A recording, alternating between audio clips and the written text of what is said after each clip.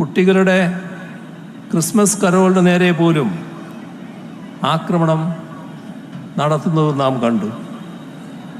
ചിലയിടങ്ങളിൽ ക്രിസ്മസിൻ്റെ അവധി എടുത്തു കളഞ്ഞ കാര്യവും നമ്മുടെ ശ്രദ്ധയിലുള്ളതാണ്. എവിടെയും മതത്തിൻ്റെ പേരിൽ കലാപമുണ്ടാക്കാൻ വർഗീയവാദികൾ ശ്രമിക്കും. സിനിമയിലെ കഥാപാത്രങ്ങൾക്ക് പോലും ജാനകിയെന്നും സീതയെന്നും മറ്റും പേരിടാൻ സമ്മതിക്കാത്ത നിലയിലേക്ക് കാര്യങ്ങൾ നീങ്ങുന്നു. സമാധാനവും സന്തോഷവും ഇല്ലാതാക്കുന്ന ഇത്തരം കലാപകാരികളെ ചെറുത്തു തോൽപ്പിക്കാനുള്ള നല്ലൊരായുധം കൂടിയാണ് കല. അവരുടെ തെട്ടൂരങ്ങൾ കാറ്റിൽ പറത്തി പുതുതലമുറയിലെ പ്രതിഭാശാലികളായ നിങ്ങൾ ജാതിയോ മതമോ നോക്കാതെ കലകൾ അവതരിപ്പിക്കുക. കഥകളിയും മാപ്പിളപ്പാട്ടും ഒപ്പനയും മാർഗംകളിയും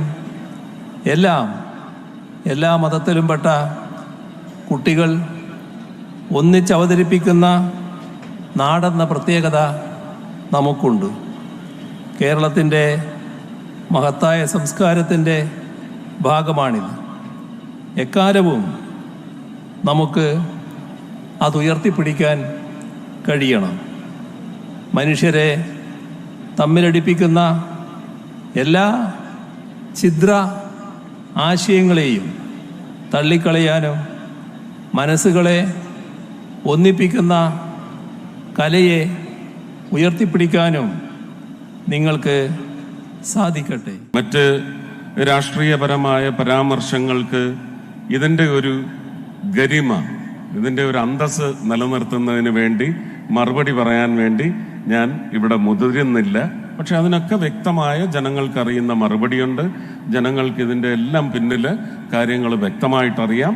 അത് കൂടുതൽ രമ്യതയിൽ തന്നെ പോകണമെന്നാണ്. പക്ഷേ സത്യം ജനങ്ങളെ അറിയിച്ചുകൊണ്ടുള്ള രമ്യതയിൽ പോണം.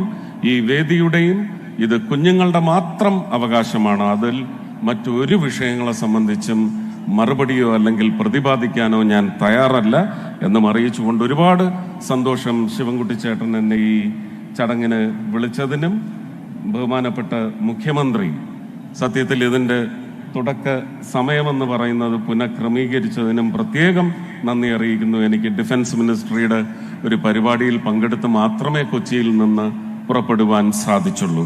അതിന് ആദ്യം തന്നെ ക്ഷമാപണം അറിയിച്ചുകൊണ്ട് ഒരിക്കൽ കൂടി നന്മ മാത്രം വിളയട്ടെ, നന്മ മാത്രം വിരിയട്ടെ.